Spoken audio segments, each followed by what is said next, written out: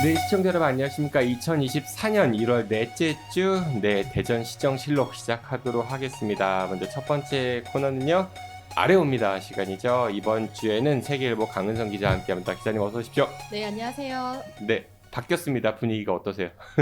일단은 PD님하고 저랑 원래 이렇게 약간 좀 마주보고 있다가 네. 지금 이제 서로 안 보고 옆에 있잖아요. 화면에 보여요. 네. 네, 그래서 뭔가 좀 새로운 것 같아요. 네, 누군가 네. 이렇게 보면서 얘기하는 게 좀 이렇게 습관이 됐다가 제 네. 앞에 카메라 보니까 제 얼굴도 별로 마음에 안 들고요. 아니, 되게 아름답게 잘 나오세요. 네. 좀 네. 별론데. 네. 빨리 아래죠. 네. 네. 네, 이번 주 첫 번째 어떤 소식 아래시겠습니까? 네, 과거로 회귀하고 이제 그 물음표가 이제 끝에 붙었는데요. 그 잘 알고 계시겠지만 그 민선 8기 들어서 그 이장우 대전시장이 보문산을 이제 다시 개발하겠다는 그 보물산 프로젝트를 이제 발표를 했잖아요. 네. 1차 공모에서 부적격 단독으로 응모한 데가 부적격 판정이 나서 이제 그 유찰이 됐고요. 그다음에 재공모를 했는데 좀 이제 그 자격 요건을 완화를 해서 이번에 우선 협상 대상자로 이제 민간 기업이 이제 확정이 됐습니다. 네. 계룡건설이 됐고요. 처음에 민간 사업자 공모, 그러니까 민자 유치한 1,500억 원 정도였었죠. 네. 그 사업비가 들어가는 케이블카고 그다음에 전망타워 두 가지였는데 이때도 계룡건설만 응모를 했다라고 사실 업체에는 알려졌었어요. 그 얘기는 네, 떠돌았어요. 네, 그렇죠? 네. 공개를 대전시가 안 했지만은 근데 계룡건설이 케이블카만 사업을 내갖고 유찰 그리고 다시 재공고 이번에는 케이블카 위주 전망타워는 플러스 알파 옵션으로 넣은 거 이거 어떻게 보면 계룡건설이 케이블카를 수주하기 위해서 진입장벽을 낮춰준 거 아니냐 이렇게도 볼 수 있을 것 같은데요. 그쵸. 이제 이 두 가지 사업을 하려면 말씀하신 대로 1,500억 원의 사업비가 필요한데 사실상 지금 케이블카 그 사업 같은 경우는 지금 전국 지자체에 한 42개 정도 이제 지자체에서 운영을 하고 있는데 우후죽순이 생기다 보니까 이게 흑자 관광 콘텐츠가 아니에요. 그쵸. 네, 이미 다 적자인 상황이고 실질적으로 전국 42개 중에서 이게 뭐 겨우 좀 이렇게 흑자가 난다고 하는 곳은 그 바닷가 바다 이제 풍경을 볼 수 있는 뭐 전남 여수라든지 뭐 통영 정도 이제 좀 흑자를 내고 있다고 하는데 사업성이 이제 부족하다는 이제 판단을 한 거죠. 근데 케이블카는 이제 그 PD님은 한 번쯤은 타보셨을 것 같은데. 저 여러 번 타봤죠. 네. 그 과거에 그 1960년대부터 2000년대 초반까지 보문산에 케이블카가 이제 운행이 됐었잖아요. 근데 지금 2023년 들어서 다시 또 케이블카를 운행한다. 해서 이제 과거로 회귀하는 건가? 라는 이제 그런 이제 퀘스천 마크를 붙였습니다. 또 이제 전망타워 같은 경우는 그 서울의 N타워 같은 거를 대전 보문산에도 좀 짓겠다. 근데 N타워만큼의 어떤 그 유입 효과가 있는 것인가라는 걸 이제 그 건설사에서 따져봤을 때 그게 안 난다는 거죠. 사실 그래서 저는 궁금한 게 케이블카도 경제성이 있다고 보기 어렵거든요. 어렵죠. 그래서 보문산이 대전시가 없앤 게 경제성이 없어서 그런 거잖아요. 스스로 도태된 거죠. 그쵸. 시장에서부터 예, 스스로 예. 도태된 건데 보문산이 물론 아름답습니다. 저 지난 주말에도 보문산 다녀왔었는데 그런데 케이블카를 타고 전망대에 올라가서 볼 만큼의 그런 세계적인 수준의 자연경관이다라고 보긴 좀 어렵지 않나요? 이게 지속적으로 운영이 되려면 여러 번 계속 이렇게 오게 만들어야 되는데 그래서 이제 대전시가 구상한 것이 사실은 그 오월드랑 연계를 해서 워터파크 이제 뭐 숙박시설을 만들겠다라고 하는 건데 어찌 됐던 간에 그 민자 계룡건설이 이제 구상한 거는 사실상 제가 볼 때는 케이블카도 좀 울며 겨자 먹기로 이제 응모한 게 아닌가라는 이제 그런 부탁받아서? 네, 그런 조금 이제 제 나름의 이제 뇌피셜 분석을 좀 해보는데 왜냐면 건설사라는 게 사실상 수익성 나지 않는 거에 이제 투자를 한다는 거는 말이 안 되는 그렇죠. 거잖아요. 이 기업이 네. 그럴 리가 만무하죠. 근데 물론 이제 대전시에서는 우리 케이블카는 다른 데에 그냥 어떤 이렇게 뭉탁한 그런 이제 뭐 캐리어 정도 같은 그런 게 아니라 우주선을 컨셉으로 해서 재미와 뭐 타는 묘미를 주겠다라고 그 얘기를 케이블카 막 했는데 이렇게 흔들리면서 가는 거 아니에요? 빼빼빼빼 돌면서 갈 수도 있고 무중력 상태로 가고 뭐 이런 거? 그래서 여러 가지 이제 그 재미 아이고. 요소라든지 아니면 좀 이렇게 특이성을 이제 입히겠다라는 이제 계획을 했지만 하지만 사실상 지금 이제 케이블카를 이제 운행을 하는 지자체도 이제 좀 다들 이제 이거를 설거를 하려는 움직임을 보이고 있거든요. 예전 분들의 향수를 자극하려는 그런 너무 좀 과거에 머무르는 게 아닌가 그런 생각이 들어요. 또 이 워터파크도 전국적으로 문 닫는 곳 많거든요. 네네네. 그 일본에서 20세기 초반에 워터파크가 20세기 후반에 한창 선풍적 인기를 얻다가 이게 사그라들면서 상당히 많이 없어져 버렸어요. 우리나라도 워터파크 우후죽순 생겼다가 없어진 곳 많은데 조성한다고 될까요? 장담 뭐 못하겠죠. 일단 이제 워터파크가 조성이 되면 저는 조성이 되면 이제 여기에 오는 이제 머물다 이제 가려고 하는 관광객들이 오긴 할 것 같아요. 하지만 이거 지속성을 갖고 이제 계속 이게 운영이 되고 흑자가 나고 하려면 대전시가 갖고 있는 어떤 좀 오게끔 만드는 그런 좀 매력적인 요소가 있어야 되는데 성심당에만 기대서는 그것도 지속성 가져가기는 어렵다. 그리고 워터파크 사업비가 1,500억 원이잖아요. 하지만 이게 또 2년 후에 뭐 착공을 하고 뭐 이렇게 한다면 물가 상승이라든지 해서 사업비는 더 늘어날 수밖에 없거든요. 이것도 민간 자본 유치인 거죠? 이것도 다 이제 민간 사업인데 어떻게 계약을 맺을지는 모르겠지만은 최저 수익을 보장해주는 조건으로 계약을 맺는다라고 하면은 결국 적자 보전을 시민열세로 해야 될 그런 상황에 놓일 수도 있고요. 그렇지 않다면은 기업이 손해보고 그냥 할 일은 없잖아요. 그러면 이 사업을 맡는 대신에 다른 개발 사업에서 뭔가 대전시가 우회로 이익을 보전해 주려고 하는 건 아닌가, 저는 그런 의심도 들거든요. 사실 산업단지 같은 거 많이 만든다고 하니까. 그런 의구심을 갖는 거는 좀 합리적이라고 저도 또 보고 있고요. 왜냐면 어쨌든 그 향토 건설사가 단독 응모를 했고 뭐 한 차례 유찰이 됐는데 결국 이 단독 응찰한 데에 맞춰서 자격 요건을 완화를 했고, 근데 하지만 여기서도 수익성을 이제 꼼꼼히 검토를 했을 거잖아요. 이제 그런 측면에서 본다면 뭐 대전시에서 또 어떤 보상 방안을 당연히 좀 갖고 있지 않을까, 뭐 그런 생각을 합리적으로 해볼 수 있는 것 같습니다. 이 뭐 산업단지 대전시가 지금 많이 조성한다고 하고 있고 여러 가지 사업들을 계획하고 있는데 계룡건설이 어떤 사업을 어떻게 받는지, 그리고 이 보문산 케이블카 관련해서 어떤 조건으로 계약을 맺는지 좀 잘 지켜볼 필요가 있을 것 같습니다. 두 번째 키워드는 어떤 건가요? 두 번째 키워드는요, 제가 준비한 것 중에 가장 최근에 쓴 건데 돌고 돌아 또 4대강이라고 잡아봤습니다. 역시 마찬가지로 회기네요. 과거로 회기. 이것도 이제 과거로 느낌이? 회기인데 이제 어떤 내용인지는 이제 요 키워드만 들어도 아실 것 같고요.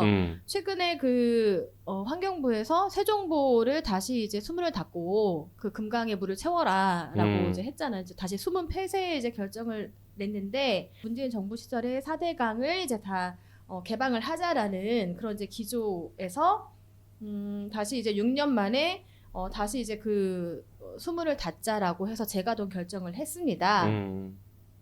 근데 환경단체는 당연히 이제 수문을 닫아서 금강에 이제 담수를 하면 생태계 파괴는 볼보도 뻔하다. 이건 퇴행적인 결정이다라고 이제 강력 반발을 하고 있는 상황이고요. 이거 굉장히 좀, 그러니까 이명박 정부에서 만들었던 4대강은 뭐 물 부족을 해결하고 또 홍수 조절 기능 이런 얘기들을 했지만 사실 그 4대강 인근에 농업용수가 부족하지는 않습니다. 수많은 관정들이 있어가지고 물 부족이라는 거는 사실 좀 근거가 많이 취약하다라는 게 여러 조사 결과를 통해 나온 이야기고, 그 강에 물이 잔뜩 있으면요 멀리서 보면 멋져 보이잖아요, 그렇죠?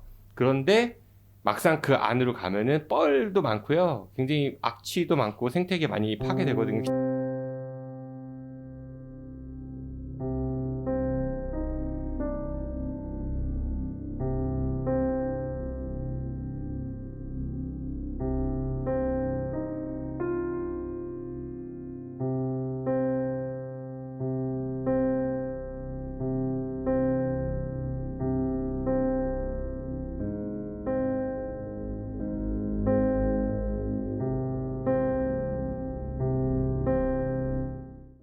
아예 그 애초부터 그 보가 없었으면 그냥 흘러가고 이제 알아서 이제 정화도 되고 하거든요. 근데 그런 걸 이제 인위적으로 이제 막다 보니까 좀 이런 뭐 전 정권에서는 다시 4대강 보를 다 해체를 해야 된다, 개방해야 된다라는 결정을 했고, 근데 다시 이 정권 와서는 다시 그 4대강을 원래대로 재가동을 4대강 그 보를 이제 그 해체한 거를 원래대로 다시 이제 재가동해야 된다라고 해서 결정을 했는데, 이제 여기 이제 세종시가 그럼 이 담수된 그 금강에 이제 세종시는 여러 이제 수상 레저를 즐길 수 있는 그런 시설, 뭐 마리나 시설도 이제 조성을 지난해에 했고 거기에 뭐 소형배도 띄워서 이 금강을 최대한 관광 자원으로 활용하겠다라는 이제 프로젝트를 발표를 한 거죠. 근데 그런 뭐 저반 시설이라든지 아니면 여러 가지 체육 시설들 공주부 그 인근에도 많이 만들어 놨었거든요. 그런데 찾는 사람이 적어가지고 결국은 그거 관리도 못해서 폐쇄한 것도 많고요. 또 유지 관리하는데 상당히 많은 비용이 들거든요. 근본적 원인을 해결하지 않아서 계속 이런 공방은 반복되는 것 같아요. 근데 그 전에 지난해 9월에 공주보를 다시 이제 문을 닫았잖아요. 수문을 닫았잖아요. 그쵸, 뭐 대백제전 이런 거 한다고 그랬었죠. 그래서 백제전에 이제 배를 띄워야 된다라고 해서 이제 수문을 닫았는데 그때 이미 학습이 사실 될 수 있을 것 같아요. 그때 수문을 닫고 나서 어떻게 이게 생태가 이제 파괴됐냐, 강가가 이제 펄밭으로 바뀌고 그리고 이게 정화가 안 되니까 악취가 진동하고 그리고 멸종위기 어류이죠. 뭐 흰수 마자가 이제 발견됐는데 그 수도 급감한 거로 이제 그 녹색연합이나 환경운동연합 조사 결과 그게 나왔거든요. 그런데도 불구하고 이제 그런 거는 부차적인 거고 일단 우리는 금강을 물을 채워서 이런 건강자원으로 이제 하겠다. 경제적인 그 관점에서만 접근하는 거에서 좀 앞으로도 좀 여러 갈등이나 문제적 요소가 있을 것 같습니다. 이거는 경제성도 저는 없다고 생각합니다. 왜냐하면 이미 이명박 정부 때 우리는 그런 걸 많이 봤기 때문에요. 그런 거 다 나중에 구상권 청구했으면 좋겠어요. 네, 세 번째 키워드 마지막 거 전해주십시오. 네, 제가 뽑아본 제목은 안 들킬 줄 알았지라고 이제 뽑아봤는데 네. 저는 사실 이거는 좀 내로남불이라는 좀 측면도 있는 것 같아요. 그 한국효문화진흥원 사무처장 그 채용 비리 의혹과 이제 관련한 내용인데 한국효문화진흥원이 대전시 산하기관인 거죠. 대전시 출자 기관이고요. 근데 이제 그 명칭이 한국효문화진흥원이어서 좀 이게 뭐 국가기관처럼 들리지만, 하지만 이제 대전시가 출자를 해서 이제 만든 산하기관이고 이 사무처장의 사실 이 자리가 항상 이제 그 보훈 인사 자리였어요. 그 전 민선 7기 때도 마찬가지였고, 근데 너무 이제 이 내정된 인사를 채용하기 위해서 너무 이제 그 채용 절차를 그 전에 비해 간소화를 하고 너무 대놓고 한 거 아니냐, 소위 말해서. 너무 대놓고 이제 했다. 채용 절차가 그 전이랑 많이 달라졌어요. 많이 달라졌고 이제 그 전형에 줄은 거죠. 그 전에는 서류, 그다음에 뭐 필기. 근데 필기가 이게 뭐 이렇게 뭐 다지선다로 해서 뭐 전문성을 요구하는 게 아니라 인적성 검사고요. 인적성 검사를 했던 애가 있고 이거 인적성 검사가 아니라 논술을 본 적도 있었고 이제 그거는 이제 그때마다 이제 달라졌고 그리고 3차가 이제 면접인데 그 지난해 이제 민선 8기 그 출범 이후에 취임한 사무처장의 경우는 이제 서류랑 이제 면접 2단계 전형으로만 이제 진행이 필기가 없어져 버린 거네요. 네네네. 그래서 이 지금 문제는 뭐냐면 이렇게 채용 절차를 바꾸는 게 참여연대에서는 그 행안부의 그 지방 출자 출연기관 인사 조직 지침에 위반하는 내용이다. 이거 개별 채용의 절차 방법을 이거 임의적으로 그 기관장이 바꿀 수 없다라는 이제 입장에서 이거는 충분히 그 채용 비리 의혹을 가질 수 있는 부분이다. 일단 효문화진흥원에서는 뭐라고 했냐면 행안부 지방 출자 출연기관 인사 조직 지침 15항에 보면은 이게 기관장이 임의로 이렇게 채용 절차를 수정하고 변경할 수 있다라고 이렇게 해명을 했거든요. 그 조항이 있다는 얘기인 거죠, 일단은. 네, 지금 입장차가 조금 갈리고 있습니다. 이제 그러면서 당초에 그 필기 시험 대체로 했던 인적성 검사는 사무처장이면 이제 조직의 관리를 하는 이제 그런 그 지위에 있는 건데 인적성 검사는 사실 그 신입 사원들을 대상으로 하는 이제 그런 채용 절차 과정이기 때문에 사무처장에는 굳이 이런 인적성 검사를 할 이유가 없다. 왜? 사무처장도 신입사원 아니에요? 그렇잖아. 그리고 사무처장도 인성이 좀 안 좋을 수도 있는 거잖아. 그래서 충분히 그럴 수 있는 거잖아요. 네, 충분히 그럴 수 있고 이제 말씀하신 대로 뭐 나이가 많아도 신입사원일 수 있잖아요. 그렇죠, 당연하죠. 처음 들어왔으니까. 근데 어쨌든 그쪽에서 얘기하는 거는 어느 정도 경력 있는 인사들이 지원하는 자리이기 때문에 이거 인적성 검사와는 사실 그 조직의 리더 역량과는 관련이 없기 때문에 이거를 본인들이 채용 절차에서 뺐다라고 이제 해명을 했습니다. 해명이 조금 부실한 것 같고 저는 이 상황 보면서 두 가지가 좀 의심스러웠어요. 의심스럽거나 좀스럽거나 하나는 이분이 이장우 시장 선거 캠프 출신 인사라고 하더라고요. 근데 이제 이 사무처장 말로는 나는 그냥 전직 대전시 의회 의원이었고 그리고 지난 지방선거 때는 보훈군수였던가요? 거기 출마했기 네, 때문에 맞습니다. 네네. 이름만 올려준 거다 이런 취지로 얘기를 한 거거든요. 네네네네. 에이, 그 해명은 너무 좀스러운 것 같아요. 자기 이름을 그렇게 함부로 빌려줘요 그러면은 제가 그걸 그분하고 통화를 해서 응. 이렇게 문제 제기가 됐고 의혹이 있는데 이거 뭐 캠프 출신 맞으시잖아요. 이렇게 했더니 막 자기 속이 터진다면서 그럼 캠프 출신은 아니란 얘기예요? 기사를 찾아와라. 이제 그 얘기 똑같이 이제 저한테 한 거지. 기사 네. 찾아와라. 나는 당시에 보훈군수에 출마를 했었고 내가 시의원이기 때문에 같은 당이어서 그냥 이름만 올라간 건데 그걸 가지고 캠프 출신이라고 할 수 있냐. 근데 사실 그렇다고 해서 본인이 그 캠프에서 그럼 이름을 빼달라고 한 것도 아니잖아요. 맞아요. 캠프 출신은 맞잖아요. 맞아요. 어쨌든 보훈군수에서 제가 알기로 컷오프 되셨나 그랬는데 그러면 그 이후에 당연히 대전시장 그 선거를 돕잖아요. 그러면 이제 캠프 출신이 우리 아니라고 할 수는 기자분들이 그 선거 운동한 흔적을 좀 찾아봐야죠. 분명히 있을 건데. 이제 좀 찾아가는 거죠. 내가 함께. 네. 네. 그거 있고 또 하나는 이게 인사위원회가 임기가 남았는데 이분 채용 직전에 다들 줄줄이 그만뒀잖아요. 네. 그래서 새로운 인사위원회가 구성이 됐는데 누구누구로 구성됐냐라고 정보공개 청구하니까 개인정보다 그리고 인사위원회 명단을 알면은 무슨 청탁 같은 게 들어가서 기 때문에 공개할 수 없다 이렇게 지금 대전시가 이야기하고 있지만은 사실 이런 인사위원회 명단 많이 공개되지 않나요? 공개 안 할 이유가 없다고 생각을 하고요. 그리고 이게 인사청탁이 좀 이제 우려가 되면은 그때그때마다 다시 인사위원회를 꾸리면 되거든요. 그리고 이건 이미 지났잖아. 이미 지났고. 네, 지금 채용 지난 직전에 사안이고. 알려달라는 게 네, 아니잖아. 네. 근데 뭐 이거 관련해서는 제가 이제 뭐 그 대전시 관계자한테 물어봤는데 일단 민선 7기 때 임용된 그 인사위원들은 2022년 8월이죠. 그때 민선 8기 출범 전후로 이제 본인들이 그냥 스스로 이제 그 직을 내려놨다. 인사위원 그 사퇴를 했다라는 거고 왜인지는 모른다.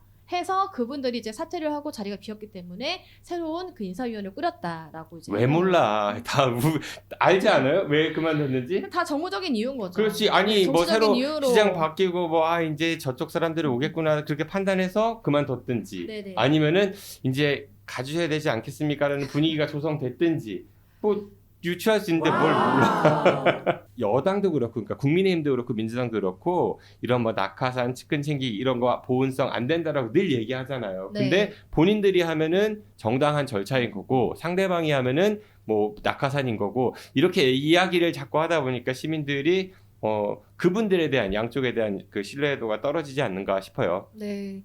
근데 한국 그 효문화진흥원 같은 경우는 3년 전인가요? 이때도 그 대거 채용 비리 그때 이제 공공기관 뭐 낙하산을 이제 그 정부에서 전면적으로 이제 전수조사한 적이 있었었잖아요. 그때도 대거 이제 문제가 돼서 좀 이제 지역에서 논란이 문제가 컸었던 이제 기관인데 매번 이런 식으로 이제 정치 입김에 좀 이렇게 휘둘리는 보훈 인사 대상 기관이 되다 보니까 도대체 애초에 설립 취지부터도 좀 근본적으로 다시 좀 따져봐야 되지 않을까라는 좀 생각이 듭니다. 다음번 지방선거 때는 여론이 좀 더 세게 후보들한테 물어야 할 것 같아요. 그런 거 어떻게 할 거냐고 앞으로 다짐을 좀 받아야 할 것 같아요. 네. 지금 국민의힘이 뭐 한동훈 비대위원장이 뭐 이게 뭐죠? 그 기소되면은 세비나 네. 반납 이런 거 서약서 받는다고 하듯이 시민들이 한번 그런 그 모든 정파를 가리지 말고 후보들에게 그런 거 안 하기. 만약에 받으면 그런 거 지적이 되면은 그리고 걸리면 시장지 내려놓기 이런 구청장지 내려놓기 이런 거 받아야 되지 않을까 싶습니다. 네. 네. 이 정도 얘기하시면 되죠? 네네네네. 네, 알겠습니다. 네, 이번 주 아려옵니다는 세계일보 강은성 기자가 보문산 관련된 이야기 하고요. 그 다음에 4대강 이야기 그리고 인사 채용 비리 의혹이 제기된 한국효문화진흥원 이야기 해주셨습니다. 기자님 고맙습니다. 감사합니다.